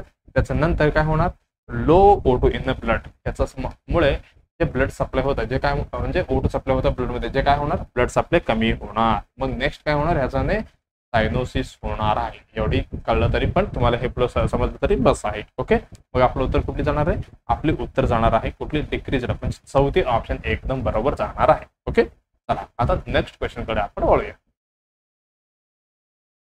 बघा नेक्स्ट क्वेश्चन काय म्हणते? द क्लायंट एक्सपिरियन्सिंग, बघा काय म्हणते? The client experiencing the 8th cranial nerve damage. कुठली? 8th cranial nerve डॅमेज झालेला आहे. Will most likely report which of the following symptoms. आता एक पेशंट आहे त्याचं 8th cranial nerve डॅमेज झालेलं बाबा, त्यांना मोस्ट लाईकली हा बाबा ह्यांना ही जे सिम्टम्स आहेत ते काय रिपोर्ट करणार आहे. मग आपल्याला लक्षात आलं पाहिजे पहिल्या ऑप्शन मध्ये काय दिलेलं? वर्टिगो म्हणजे पेशंटला चक्कर येणार. दुसरं काय म्हटलंय? फेशियल पॅरालिसिस, हे फेशियल पॅरालिसिस होणार म्हणजे काय स्माईल वगैरे देता येत नाही. आणि हे काय? इम्पेअर्ड विजन म्हणजे हे काही दिसणार नाहीये असं हात करणार म्हणजे काय विजन मध्ये प्रॉब्लेम येणार. आणि डिफिकल्टी इन स्वॉलोविंग म्हणजे काय गिळायला त्रास होणार. मग ही सगळं चारीमध्ये कुठली जे सिम्टम्स आहे जे आपण डायरेक्टली सांगू शकतो बाबा हे पेशंटला काय 8th cranial nerve ची डॅमेज झालेला आहे म्हणून त्याला काय असलं सिम्टम्स येत आहे. मग आपण काय करूया? कुठली किती नंबर म्हटलं? 8th cranial nerve म्हटलेलं आहे. बघा 8th cranial nerve ही कुठले? 8th cranial nerve ह्याचं नाव काय? त्याचं नाव असणार आहे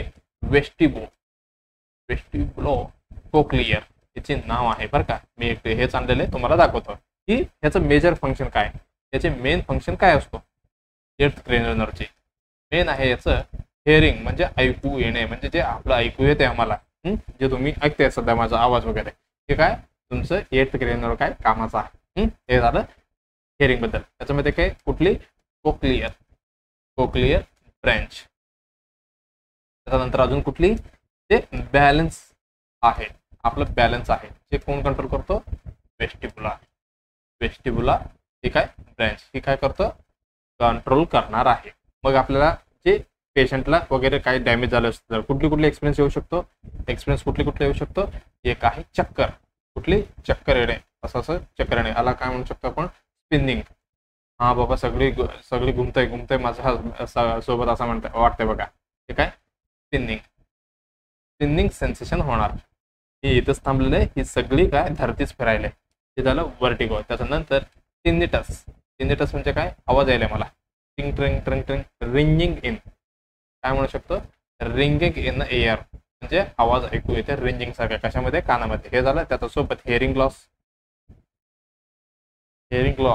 अजून काय? बॅलन्स प्रॉब्लेम म्हणजे थांबताच येईना. बॅलन्स प्रॉब्लेम हे सगळे काय येणार आहे. एक्सपिरियन्स ह्याच्यामध्ये दिसणार आहे बरं का. आणि ही जे वर्टिगो आहे त्याला आपण काय म्हणू शकतो? वर्टिगोला ही मोस्ट टायपिकल सिम्पटम आहे. Most typical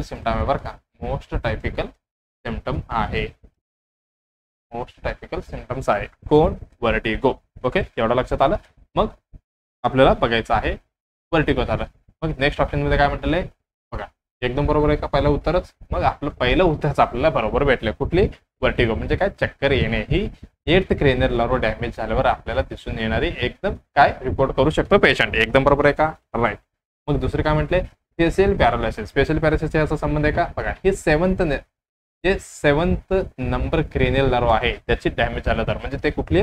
facial nerve damage झालं तर ही काय फेशियल पॅरालिसिस दिसणार आहे. मग तर गेलं. हे काय म्हणतं? तिसरा इम्पेअर्ड विजन म्हणजे आपल्याला दिसू नये म्हणजे दिसत नाहीये. मग दुसरं दिसायचं काय? cranial nerve नंबर कुठली आहे? याची नंबर असणार आहे कुठली? दुसरा. ओके, त्याला आपण काय म्हणू शकतो? Optic nerve. याची रेस्पॉन्सिबल आहे ऑप्टिक नर्व. हे काय म्हटले? डिफिकल्टी इन स्वॉलोविंग म्हणजे स्वॉलोविंग ही गिळायला वगैरे त्रास होतो. हे कशामध्ये डिफरन्स म्हणजे कशाची डॅमेज असू शकतो? हे असणार आहे 9वा आणि 10वा जे cranial nerves आहेत. 9वा कुठली? ग्लॅसोफेरेंजियल आणि कुठली वेगळ कुठे जागा? ग्लॅसोफेरेंजियल आणि अजून कुठली? वेगस नर्व ह्याची डॅमेज असू शकतो. हे झालं 9वा आणि 10वा cranial nerves बद्दल. मग आपलं उत्तर गेलं पहिला एकदम बरोबर. चला तिसरा आहे. तुम्हाला काय ही सगळं माहिती असायला पाहिजे. इम्पॉर्टंट आहे. तुम्हाला काय करायचे? याची स्क्रीनशॉट वगैरे काढून ठेवायचे. ओके, पटकन रिवाइज करून घ्या. हे काय 1 2 3 4 किती 12 आहेत आपल्याकडे cranial nerves. पहिला कुठली आहे? Olfactory, optic, oculomotor, trochlear, trigeminal, abducens. हे काय? Facial nerve, vestibulocochlear, glossopharyngeal, vagus, accessory nerve आणि हायपोग्लॉसल. हे काय? ही सगळी 12 cranial nerves आहेत. इम्पॉर्टंट आहे, एकदम इम्पॉर्टंट. त्याच्यामध्ये तुम्ही हे काय सेन्सर तुम्हाला काय टाइप्स सेन्सर आहे का मोटर आहे का हे तुम्हाला लक्षात ठेवायचं आहे. आणि मेन फंक्शन हे तर इम्पॉर्टंट आहे तुम्हाला ठेवायचं आहे. बघा पहिलेचं काय स्मेल ऑल्फॅक्टरीचं लक्षात ठेवायचं. ऑल्फॅक्टरी स्टार्टिंगला करायचं म्हणजे काय स्मेल लक्षात येते. त्याच्यानंतर विजन हा बाबा मला दिसतंय हे काय ऑप्टिक नर्वचं ऑक्युलोमोटरचं काय आय मुवमेंट ते पण बघा पुपिल कॉन्ट्रॅक्शन वगैरे हे काय सगळं याच्यामध्ये येतो. आणि हे काय ट्रोक्लिअर मध्ये आय मुवमेंट त्याच्यामध्ये पण SO4 असं लक्षात ठेवायचं तुम्हाला. कसं SO4 ह्याच्यामध्ये कुठले असणार आहे सुपिरियर ऑब्लिक असणार आहे ते पण कुठले ट्रोक्लिअर म्हणजे चौथा ह्याच्यामध्ये. आणि फेशियल सेन्सेशन वगैरे हे काय ट्रायजेमिनल मध्ये आहे. आणि आय मुवमेंट परत इकडे आहे बघा अब्डुसेन्स मध्ये. आणि फेशियल एक्सप्रेशन जस्ट म्हटलं ही 7th क्रेनियल मध्ये आहे. त्याच्यानंतर हेअरिंग आपलं उत्तर हेच होतं का 8वाच होतं ना बरा हेअरिंग आणि बॅलन्स याच्यामध्ये काय रिनर आणि वेबर टेस्ट आपण बॅलन्स टेस्ट वगैरे चेक करू शकता. याच्यामध्ये क्लिनिक टेस्ट झाला हे सगळे तुम्हाला लक्षात ठेवायचे आहे. आणि ग्लोसोफरेंजियल मध्ये टेस्ट ते पण कुठली पोस्टेड 1/3 सोलोविंग बघा इथे सोलोविंग आहे आणि गॅग रिफ्लॅक्स हे सगळी आणि सोलोविंग याच्यामध्ये पण आहे. म्हणून मी काय म्हटलं ग्लोसोफरेंजियल आणि वेगस हे दोन्हीचं काम आहे. आणि स्पीच ऑटोनॉमिक कंट्रोल आणि हार्टकट हे सगळी आणि शोल्डर आणि नेक मुवमेंट हे सगळे कशामध्ये आहे ॲक्सेसरी मध्ये. आणि हायपोग्लोसल मध्ये टंग मुवमेंट मी जे बोलतो आणि माझं जे थोडं प्रॉब्लेम होतो मराठीमध्ये थोडे बोलताना ही सगळी कशाची प्रॉब्लेम आहे हायपोग्लोसलचे थोडं प्रॉब्लेम होऊ शकतो. असं नाही की माझं हायपोग्लोसल जे काय क्रेनियलवर आहे ते डॅमेज आहे बरं का. ओके प्रॅक्टिस नाही नसल्यामुळे असं येत. मग मी प्रॅक्टिस करत चाललो होता मराठी म्हण एक दिवस असं होणार मी एकदम शुद्ध मराठी बोलणार. ओके चला हे काय झालं आपलं उत्तर ऑलरेडी भेटलेलं आहे ना आपला. ओके चला आता नेक्स्ट क्वेश्चन कडे जाऊया आपण. बघा नेक्स्ट क्वेश्चन काय म्हणते बघा which of the following is the first priority. एकदम पहिला प्रायोरिटी तुम्ही कशाला देणार in preventing the infection Wien providing the care for the client. तुम्ही कुठल्या पण जे पेशंट आहे त्याला काय करताय प्रोव्हाइड करतोय केअर. मग तुम्हाला काय करायचं प्रिव्हेंट करायचं इन्फेक्शन. मग फर्स्ट प्रायोरिटी तुम्ही कशाला देणार wearing the gloves and goggles. तुम्ही काय करणार फक्त गाऊन घालणार आणि गॉगल घालणार. मग चला आम्ही केअर द्यायला चाललो असं करणार का. Using the barrier between the clients आणि बघा इट्स क्लायंट्स फर्निचर आणि नर्सेस बॅग असं करणार आहे का फर्निचर वगैरे बसवणार आहे का नाही. ते काय हँड वॉशिंग करायचं आणि वेअरिंग ग्लोव्ज फक्त ग्लोव्ज घालायचं. मग ह्याच्यामध्ये फर्स्ट प्रायोरिटी कुठली जाणार आहे असं विचारतंय. बघा याच्यामध्ये सिंगल मोस्ट काय म्हणू शकतो आपण सिंगल मोस्ट एकच मिनिट कुठे गेला आपलं सिंगल मोस्ट आणि त्याच्यामध्ये पण काय म्हणू शकतो एकदम इम्पॉर्टंट सिंगल मोस्ट इम्पॉर्टंट आणि फर्स्ट प्रायोरिटी कुठली फर्स्ट प्रायोरिटी काय फर्स्ट प्रायोरिटी ऍक्शन कशासाठी in preventing the spread of infection जे आपल्याला थांबवायचं आहे. Preventing the spread of infection काय करायचं आपल्याला थांबवायचं आहे बाबा. हे झालं. त्याच्यानंतर ह्याची उत्तर काय असणार आहे याचा मेन असणार आहे सिंगल मोस्ट आहे आणि ते पण इम्पॉर्टंट आणि फर्स्ट प्रायोरिटी असणार आहे हँड वॉशिंग. मग हे असणार आहे प्रिव्हेन्शन करण्यासाठी एकदम सुपर वाजी कुठले म्हणजे एकदम सुपर डुपर हे असणार आहे हँड वॉशिंग बरं का. हे लक्षात ठेवायचं आहे तुम्हाला. आणि ह्याच्यामध्ये बघा हँड वॉशिंग केलं तर आपण काय रिमूव्ह करू शकतो त्याच्यामधले काय करू शकतो आपण मायक्रो ऑर्गॅनिझम वगैरे. बघा एक पेशंटला तुम्ही केअर दिलाय मग असंच न हँड वॉश करता एक एक्झाम्पल काय म्हणू शकतो एक कुठली तरी ड्रॉपलेट इन्फेक्शन असो किंवा कुठली तरी कम्युनिकेबल डिसीज आहे तुम्ही जे पेशंटला केअर केले आणि बिना हँड वॉशिंग म्हणजे बघा ग्लोव्ज पण घातले नाही असं केअर केलं तुम्ही बिना हँड वॉशिंग करता दुसरी पेशंटकडे गेलं तर त्याच्यामध्ये जे इन्फेक्शन आहे स्प्रेड होण्याची चान्सेस असतो. पण तुम्ही हँड वॉशिंग केलं तर हे काय जे मायक्रो ऑर्गॅनिझम होता जे काय तुम्ही इझिली रिमूव्ह करू शकता ते झालं. आणि काही पण घाण वगैरे असेल तर ते पण तुम्ही रिमूव्ह करू शकतो. आणि कंटॅमिनंट्स काही पण असं तुम्ही रिमूव्ह करू शकता कशाने हँड वॉशिंगद्वारा. आणि अजून काय ब्लड आणि बॉडी फ्लुइड्स वगैरे लागलं असेल तर हे पण रिमूव्ह होते त्याच्यामध्ये कशामध्ये हँड वॉशिंग मध्ये. एवढं आपल्या लक्षात आलं. ओके चला मग आपलं उत्तर कुठला आपण बघूया. आणि काय म्हणते वेअरिंग गाऊन आणि काय म्हटलंय गॉगल्स हे आपण कशामध्ये जे रिस्क ऑफ कंटॅमिनेशन असतो काय म्हणू शकतो रिस्क ऑफ कंटॅमिनंट्स त्याच्यामध्ये आपण यूज करू शकतो. मग ह्याच्यामध्ये करणार आहे का हे प्रिव्हेन्शन करणार आहे का नाही. युजिंग द बॅरियर वगैरे हे काय हे बघा इम्पॉर्टंट इन द कम्युनिटी आणि होम विजिटमध्ये वगैरे हे महत्वाचं इकडे नाहीये हे पण केलं. आणि हे काय म्हटलंय वेअरिंग द ग्लोव्ज आपण कधी करणार की आपण ज्यावेळी काय म्हणू शकतो पेशंटचं बॉडीचं फ्लुइड वगैरे असतो बघा बॉडी फ्लुइड अजून काय म्हणू शकतो बॉडी फ्लुइड अजून काय सर्जरी वगैरे किंवा ज्यावेळी आपण काय करणार ह्याची फायदा म्हणजे यूज घेणार आहे. हँड वॉशिंग आहे का हँड वॉशिंग ही काय ही फर्स्ट प्रायोरिटी आहे in preventing the infection and the providing the care of a client. एकदम उत्तर कुठली बरोबर आहे? ही तिसरी उत्तर आपलं एकदम बरोबर जाणार आहे. ओके, चला आता नेक्स्ट क्वेश्चन कडे आपण जाऊया. हे इम्पॉर्टंट आहे बरं का, हे तुम्ही लक्षात ठेवायचं आहे. हे असं सांगतो मी, हे हँड वॉशिंग आल्यावर पटकन लक्षात आलं माझं. 5 मोमेंट्स फॉर द काय हँड हायजीन तुम्हाला लक्षात ठेवायचं. पहिले कुठली? Before touching patient. पेशंटला टच करायच्या अगोदर आपल्याला हात धुवायचे. त्याच्यानंतर बिफोर अ प्रोसिजर, तुम्ही पेशंटला टच करायचं अगोदर किंवा काही प्रोसिजर करायचं असेल तर त्याच्या अगोदर तुम्हाला काय करायचंय? काय करायचंय? हँड वॉशिंग करायचं आहे. त्याच्यानंतर आफ्टर प्रोसिजर ऑर बॉडी फ्लुइडचं तुम्ही टच केलं, एक्सपोजर झालं तर तुम्हाला हँड वॉशिंग करायचं. त्याच्यानंतर आफ्टर टचिंग पेशंट ना, नंतर तुम्हाला हँड वॉशिंग करायचं आहे. त्याच्यानंतर after touching the patient surrounding वगैरे टच केलं तर तुम्हाला हँड वॉशिंग करायचं आहे. ही WHO अकॉर्डिंग काय 5 movements for the hand hygiene. Okay, एवढं लक्षात ठेवलं तरी बस. क्वेश्चन काय म्हणते बघूया आपण. The disease important in the country, म्हणजे डिसीज काय झाले? इम्पोर्ट झालेलं आपल्या देशामध्ये. Which was not otherwise present, म्हणजे कुठे पण प्रेझेंट नाहीये तरी पण आपल्या म्हणजे दुसऱ्या देशातनं आपल्याकडे आलेलं आहे. ओके, चला यांनी काय म्हणते बघा. पहिली ऑप्शन मध्ये काय दिलेलं आहे बघा, काय काय दिलेलं आहे? एपोर्निक डिसीज आणि ज्युनेटिक डिसीज आणि एक्झोटिक डिसीज. चौथा आहे एपिज्युटिक डिसीज. हे 4 प्रकारचे ऑप्शन दिलेले आहेत. तुम्ही पहिल्यांदा ऐकलं असेल बरं का. चला मग आपण काय करायचं, एक एक ऑप्शन कडे आपण बघूया. पहिला काय? एपोर्निथिक डिसीज म्हणजे काय? ही एपोर्निथिक डिसीज म्हणजे इथे खाली लिहितो बरं का. ही असणार आहे आउटब्रेक. काय? Outbreak of a disease. Outbreak of disease आहे कशामध्ये? इन बर्ड्स मध्ये. बर्ड्स मधलं जे आउटब्रेक आहे त्याला आपण काय म्हणतो? एपोर्निथिक डिसीज म्हणतो. मग हे असणार आहे का? नाही. दुसरं काय? ज्युनेटिक डिसीज. झू म्हणजे काय? प्राणी संग्रहालय. म्हणजे काय? Disease transmitted. काय होणार आहे? डिसीज ट्रान्समिटेड फ्रॉम कशामध्ये? Animals to. एनिमल मध्ये होणार आहे का? नाही. एनिमल्स टू आपल्या ह्युमन मध्ये जे होतो त्याला आपण काय म्हणतो? ज्युनेटिक डिसीज म्हणतो. ओके, हे पण असणार आहे का? नाही. हे काय म्हटलंय? एपिज्युटिक डिसीज. एपिज्युटिक डिसीज म्हणजे काय? आपलं जे एपिडेमिक आहे, काय म्हणू शकतो? जे आपलं एपिडेमिक आहे, काय म्हणू शकतो आपण? Sudden outbreak. Sudden outbreak of disease. Outbreak of disease in कशामध्ये? एनिमल पॉप्युलेशन मध्ये. एनिमल पॉप्युलेशन मध्ये बरं का, आपलं नाही. एनिमल पॉप्युलेशन मध्ये त्याला आपण काय म्हणतो? एपिज्युटिक डिसीज. म्हणजे काय म्हणू शकतो? आपलं सिमिलर टू, सेम एज कसे? एपिडेमिक सारखा. एपिडेमिक सारखा. पण हे कुठे आहे? इन ह्युमन्स मध्ये बरं का, कन्फ्युजन व्हायचे नाहीये. हे आपलं माणसामधलं आहे, त्याला आपण एपिडेमिक म्हणतो. पण तेच एनिमल मध्ये झालं तर आपण एपिज्युटिक म्हणतो. मग राहिलं कुठलं? Exotic disease. एक्झोटिक डिसीज म्हणजे काय? एक्झोटिक, सॉरी कुठे गेलं? सॉरी एक्झोटिक म्हणजे काय? जे डिसीज आपल्याकडे म्हणजे काय प्रेझेंट नाहीये, मग तरी पण कुठं आलं बाबा? Disease is one that not present. म्हणजे आपल्याकडे प्रेझेंट आहे का? Not that is not normally present. मग आपल्याकडे प्रेझेंट नाहीये. नॉर्मली प्रेझेंट इन आवर देशामध्ये, इन आवर कंट्री. अँड काय? इंट्रोड्यूस. कुठनं आलं हे? Introduce from outside. बाहेरनं आलेला आहे. कुठनं? बाहेरनं आलेला आहे. हे झालं.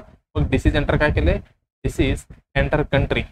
एंटर आपली जे देशात एंटर झाले कंट्री थ्रू कसे? Through movement of people. जे मुवमेंट करत आहे इकडनं तिकडे जसं मुवमेंट करतात त्या माणसामुळे आलेलं आहे. म्हणजे काय म्हणू शकतो? Disease enter country through the movement of people. म्हणा, एनिमल्स, प्लांट. आपण जे मुवमेंट करतात एनिमल्स, काय म्हटलं मी? प्लांट्स. त्याच्यामुळे जे वेक्टर त्याच्यामध्ये काय झालेलं आहे?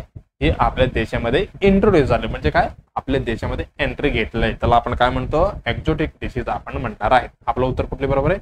तिसरी उत्तर एकदम बरोबर असणार आहे. ओके, चला माझं टार्गेट होतं जे 12च आहे, पण आपण 10 तरी आपण क्वेश्चन कव्हर करूया. हे झालं 10वा क्वेश्चन आहे वाटतं मला वाटते. The first person becoming the sick in a epidemic is called age. बघा काय म्हणतं ह्यांनी? द फर्स्ट पर्सन आहे काय झालेलं आहे? बिकमिंग सिक झालेलं आहे. म्हणजे काय? आजारी पडलेले आहे. First person becoming six in epidemic मध्ये. आता मी जस्ट म्हटलं तुम्हाला याच्यामध्ये एपिडेमिक म्हणजे आउटब्रेक होणार आहे एकदम. त्याच्यामध्ये काय झालेलं? सिक झालेलं आहे. मग त्याला आपण काय म्हणतो? प्रायमरी केस, सेकंडरी केस, कॉन्टॅक्ट केस, इंडेक्स केस. त्याला आपण काय म्हणतो? बघा प्रायमरी केस म्हणजे काय?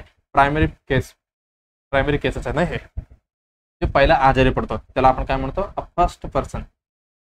हे कोण? First person who get infection किंवा काय म्हणू शकतो हु गेट डिसीज, त्याला रोग आलेला आहे. डिसीज फ्रॉम कुठनं, फ्रॉम द जे original source of infection, original source of infection. बरं का, असं नाही की दुसऱ्याकडनं जे माझा मित्र त्यांच्याकडनं मला कोविड झालंय मग प्रायमरी केस होणार आहे का, नाही.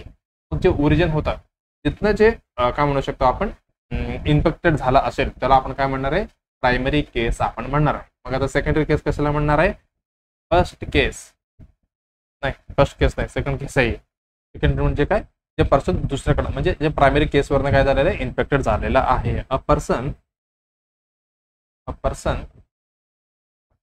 हु गेट इन्फेक्शन किंवा इन्फेक्टेड झालेला आहे. इन्फेक्टेड फ्रॉम कुठली, जे प्रायमरी केस होता. प्रायमरी नंतर कोण येणार, सेकंडरी. प्रायमरी केस नंतर म्हणजे प्रायमरी केसवरनं जे इन्फेक्टेड झालेलं आहे ते झालं ओरिजिन पासनं. जे ओरिजिनल काय होतं सोर्स ऑफ इन्फेक्शन पासनं इन्फेक्टेड झालेलं होतं ते प्रायमरी केस. प्रायमरीवरनं जे दुसऱ्याला इन्फेक्शन होतं ते झालं सेकंडरी. हे पण झालं. आता कॉन्टॅक्ट केस म्हणजे काय, कॉन्टॅक्ट केस म्हणजे काय, जे पर्सन आहे ना, हा person who had a contact, त्यांनी काय हु हॅड अ कॉन्टॅक्ट आहे कोणासोबत, who had a contact with the case and अजून काय म्हणू शकतो अँड लेटर. नोन केस तरी म्हटलं तरी चालेल. नोन केसवरनं जे कोणी म्हणजे काय इन्फेक्टेड झालेलं आहे ज्याला काय म्हणतो आपण कॉन्टॅक्ट केस म्हणणार आहे. हे झालं 3चं. आता राहिलं कुठलं, इंडेक्स केस. इंडेक्स केस म्हटलं काय बाबा, बघा तुम्ही इंडेक्समध्ये आणि प्रायमरीमध्ये तुम्ही कन्फ्युजन होऊ शकता. बघा प्रायमरी केस म्हणजे काय, the first person who get the disease from the original source of the infection, हे झालं प्रायमरी. आता इंडेक्स केस म्हणजे काय बघा, इंडेक्स केस म्हणजे काय, जे काय म्हणू शकतो अ पर्सन किंवा काय म्हणू शकतो a first case that comes. बघा काय म्हणतो मी, the first case that comes to the attention of, म्हणजे कशामध्ये आलेले, अटेन्शन मध्ये आलेले. अटेन्शन ऑफ कोणाची, attention of the health authorities म्हणजे ते पण लक्षात घ्या, नॉट ऑलवेज प्रायमरी केस. हे सांगतो तुम्हाला प्रायमरी केस. आता समजा मलाच घ्या एक्झाम्पल, मला पहिल्यांदा काय आलं, कोविड आले, मी कोणाला सांगितलं नाही आणि इन्व्हेस्टिगेशन पण काय नाही केलं, घरी बसलो शांत. आता माझ्याने काय झालंय, माझ्या मित्राला झालंय काय, COVID-19 झालंय. एक्झाम्पल सांगतो बरं का. आता झालंय, मग ज्यानंतर ज्यांनी सिम्पटम्स आले त्याला सगळे साइन अँड सिम्पटम्स दिसले. त्यांनी काय केलं बाबा, त्यांनी असं काय सब सेंटरला गेले, CHO सराकडे. CHO सरला म्हटले असं मला दिसतंय सिम्पटम्स. त्यांनी म्हटले हा बाबा तुम्हाला काय झालंय, COVID-19 झालंय. मग हे काय झालं, जे मित्राला झालं जो मित्र काय झाला, जे इंडेक्स केस झाला बरं का. मग प्रायमरी केस कोण, प्रायमरी केस मी झालो जे ओरिजिनल पासून इन्फेक्टेड झालतो. माझ्याकडनं जो दिसले ऑथॉरिटीमध्ये म्हणजे अटेन्शन आलं त्यांचं, हे इंडेक्स केस पण होते आणि माझ्याकडनं झाले ते इन्फेक्शन, हे सेकंडरी केस पण होऊ शकते. पण ते ऑथॉरिटीज मध्ये आलं म्हणजे काय म्हणतो मी, first case that comes to the attention of the health authorities म्हणजे त्यांच्या पुढे आले, मग आपण त्याला काय म्हणतो इंडेक्स केस आपण म्हणणार आहे. थोडं लक्षात आलं. ओके चला, मग आपलं उत्तर कुठले, द फर्स्ट पर्सन काय becoming six in the epidemic. मग आपलं प्रायमरी तर हे एकदम बरोबर असणार आहे. एकदम बरोबर आहे का, हे उत्तर एकदम बरोबर असणार आहे. ओके चला, मी अजून 2-3 क्वेश्चन आणलं होतं, आपलं टाइम ओव्हर झालेलं आहे. आपण जे राहिलेले क्वेश्चन नेक्स्ट ह्याच्यामध्ये आपण कव्हर करूया बरं का. जे तुमच्यासाठी उद्यासाठी काय म्हणजे येणारे नेक्स्ट स्टेजमध्ये तुम्हाला काय उत्तर द्यायचं आहे तेपर्यंत हे मी काय करणार आहे, जे एपिसोड नंबर 31 मध्ये ते पहिला क्वेश्चन हेच डिस्कस करणार आहे. काय म्हणते बघा, duration of the contraceptive protection after Dampa काय म्हणतात म्हणा, हे काय इंजेक्शन आहे, हे किती महिन्यासाठी तुम्हाला काय प्रोटेक्शन देणार आहे. 1 महिना, 2 महिना, 3 महिना, 6 महिना, तुम्हाला उत्तर कमेंटमध्ये द्यायचं आहे. ओके, जेणेकरून मी काय जे जास्त MCQ कव्हर करायला बघतोय बरं का, जे काय तुम्हाला जास्त फायदा व्हावा म्हणून. आणि खूप जणांचा पण इच्छा होतं की सर तुम्ही थोडी एक्सप्लेन कमी करत तरी चालेल, पण काय आम्हाला जास्त MCQ फायदा व्हावा असं म्हटलं. चला मग काय ते आपण, मी तर प्रयत्न चालू आहे माझं. आता 12चं टार्गेट होतं पण मी 10 पर्यंत पोहोचलेलं आहे, पण नेक्स्ट एपिसोडमध्ये मी 12 पर्यंत जाणार आहे. ओके चला, ते काय आपले जे CHO विद्यार्थी आहे त्यांचं तयारी चालू आहे बघा. डिमोटिवेट नाही व्हायचं, सतत तुम्हाला अभ्यास करायचा आहे. आता समजा तुम्ही 1 दिवस नाही वाचले ना, किती लोक भरलेले एक्झाम फॉर्म, त्यांनी डेली तर वाचताय, मग तुम्ही राहणार पाठीमागे, त्यांनी जाणार पुढे. मग तुम्हाला काय करायचं आहे, डेली अभ्यास करायचा आहे, निगेटिव्ह पासून लांब राहायचं आहे आणि डेली अभ्यास करत तुमचं जे प्रॅक्टिस आहे करत राहायचं आहे. आणि काही क्वेरी वगैरे असेल तर तुम्ही आम्हाला विचारू शकता, आपण तुम्हाला गाईड करू. ओके, चला. हे काय जे विद्यार्थी आहेत त्यांना काय करायचे, टार्गेट सीएचओ सिरीज तर चालू आहे, एकदम छान पद्धतीने तुम्ही बघताय. आणि ह्याची शॉर्ट नोट्स बनवायचं आहे तुम्हाला बरं का. आणि त्याच्यासोबत ब्रह्मास्त्र पण चालू आहे. आणि जे विद्यार्थी हे बघितलं नसेल तर PYQ ह्यांना एकदा बघून घ्यायचं आहे का, कारण डायरेक्टली किंवा इनडायरेक्टली ह्याच्यामधनं क्वेश्चन तुम्हाला येऊ शकते. हे झालं, हे फक्त 5 एपिसोड आहे, तुम्ही एका दिवसात संपू शकता. हे झालं त्याच्याबद्दल. आणि नेक्स्ट अजून काय, जे विद्यार्थी ऍप्लिकेशन टाकताय त्यांनी लास्ट तारीख किती आहे, 4/12/2025 पर्यंत त्यांना काय करायचंय, एकदा हे व्हिडिओ बघून तुम्हाला ऍप्लिकेशन करायचंय. त्याच्यामध्ये सगळे डिटेल सांगितलंय मी, आणि कशा पद्धतीने अप्लाय करायचं हे पण मी ऑलरेडी सांगितलेलं आहे. ओके, चला मग काय करायचंय, लाईक करा, कॉमेंट करा आणि शेअर करा, सबस्क्राईब करायला विसरू नका, बेल आयकॉन दाबा. जे विद्यार्थी तुमचा मित्रमैत्रिणी कोणी ओळखीचे असेल त्यांना पण ठीक आहे आपली चॅनलची लिंक शेअर करत जावा. आणि सगळ्यांनी एकत्र तयार करायचं आणि कॉम्पिटिशन वाढवायचं आहे आणि काय मजा येणार आहे. ओके, चला मग आपण लवकरच भेटूया कुठली एपिसोड. आता हे जर झालं, आता टार्गेट सीएचओ मध्ये आपण लवकरच भेटूया. ओके, धन्यवाद.